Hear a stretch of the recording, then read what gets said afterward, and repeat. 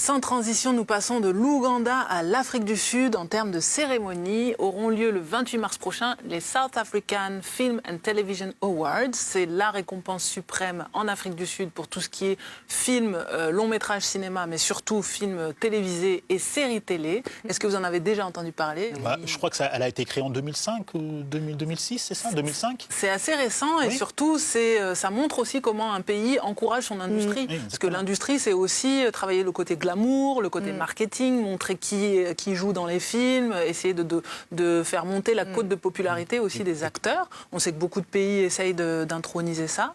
Là, c'est vrai que les SAFTA sont une reconnaissance vraiment massivement partagée et dans les réseaux sociaux et dans les médias. C'est assez visible. Une vraie preuve de reconnaissance pour les professionnels de l'industrie. Et effectivement, cette année, dans les séries les plus nominées, on compte The River qui a 15 nominations et Easy Baya, une autre série sud-africaine qui a elle aussi... Il n'y a pas La Meute qu'on diffuse sur Canal? Eh bien, il n'y a pas La Meute. Alors peut-être que dommage, les séries dont je parle seront prochainement sur Canal+.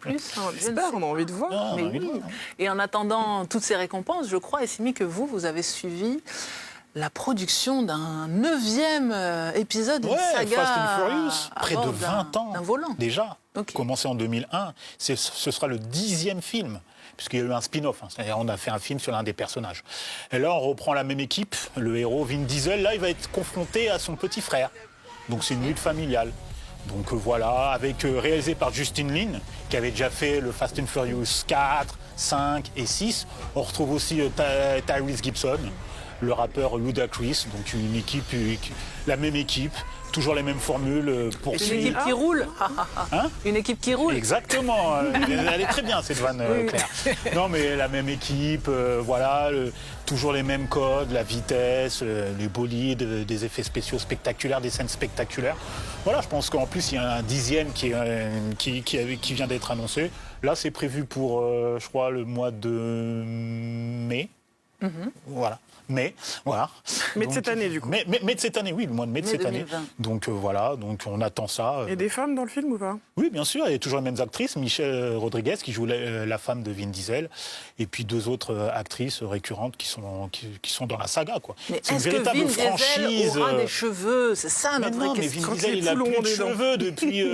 On l'a jamais vu avec des cheveux, aussi avec des implants. Mais depuis qu'il a été révélé pour Il faut sauver le soldat Ryan de Steven Spielberg, donc il a toujours le crâne rasé. C'est la marque de fabrique maintenant, quoi. À dire à tout, c'est le genre de film testostéroné qui vous plaît? Je passe. C'est des films popcorn, c'est du bon divertissement, voilà, ça se prend pas. Est-ce qu'il y a des nouveautés, des trucs un peu différents sur lesquels on va, comme je vous l'ai dit, là l'intrigue, c'est son ennemi, c'est son petit frère. Donc on roule beaucoup, il doit y avoir beaucoup d'essence dans les films. Oui, bien sûr, beaucoup de bolides, beaucoup de gros bolides, beaucoup de cascades, beaucoup d'action, voilà. Beaucoup de rétro qui sautent. Donc c'est un film popcorn, blockbuster.